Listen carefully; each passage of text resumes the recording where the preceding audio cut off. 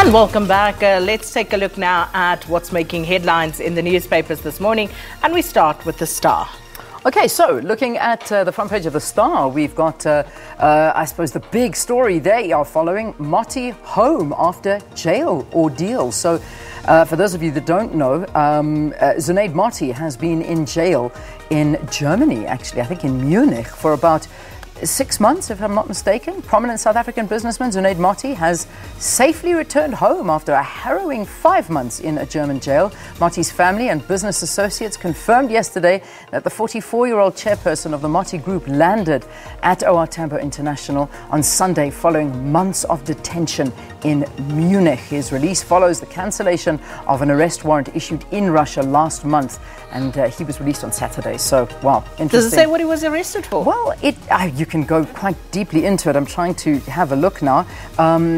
He says, although Interpol exonerated Miti for any wrongdoing in November, he remained locked up until his release on Sunday. German police spokesperson refused to get into the details about the arrest and the subsequent release. But according to the family, Miti was stopped from leaving Germany in August last year and placed under provisional detention by German authorities. Oh, wow. They go into quite a lot of detail, but I mean, it involves the Russian mafia and a whole bunch of things like that. So yeah, not nice at all. Then of course there's the other story that they've got there. Learner allegedly called demon for wearing traditional beads. Wow, okay. Educators at an Ekurhuleni school could land in hot water for allegedly discriminating against a grade 10 learner who practices as a sangoma. So yeah, and then of course that very sad photograph, the children of former Bafana Bafana legend Phil Chippa Masinga is on there at the memorial service that was held at the Grace Bible Church. So there you go. And of course the Agreti story as well. Moving on to the Sowetan, Serena Williams there. Fighter Serena just won't give up. And of course, after beating the world number one, Simona Halep yesterday, there was the funniest of gifs on this, where as the players come onto court, they welcome the world number one. And Serena walks out.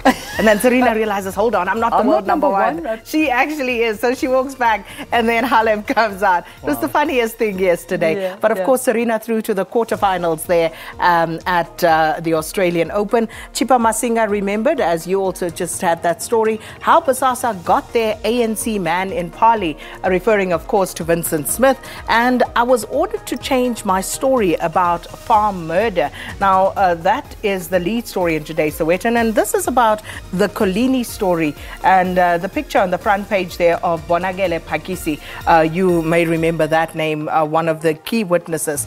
And apparently he says that he was intimidated and made to read confessions to clear the farmers and also the killers, the farmers who were convicted, their relatives alleged to have made a 3 million rand offer to Phakisi for him to change his statement. Sure. So that story carried by Sowetan today. Okay. All right, then a quick look at the Citizen. The buck stops here. So big picture of Nomvula Mokunyane as well as Tom Moyane. They both there being fingered yesterday with Agriti singing like a canary still at the the Commission of Inquiry into State Capture. Tom Moyane pocketed handsomely as then head of correctional services, but Bosasa found Nomvula Mokunyane fruitless despite paying 50,000 rand a month. Ex-COO Angelo Agriti testified. Then in the business section, Zuma nephew not off the hook. Kulubu says Zuma's estate has been provisionally sequestrated with 1.5 billion rand in unpaid debts. And then finally, the EFF at war with salon owner. The party vandalizes the shop of the woman who removed their posters. Sure. Okay. And ending it with the business day, top ANC politicians on Bosasa payroll as Angelo Agrisi continues to unmask those who are alleged to have received bribes. MultiChoice sets 2.5 billion rand aside for maiden dividend. And the MultiChoice story is an interesting one given that Naspers will be selling off. And also, you know, some of the other stories on that front page, pretty much some of the stories that we have touched on as well. So those are the stories making headlines in the newspapers today. Okay, so let's get you a weather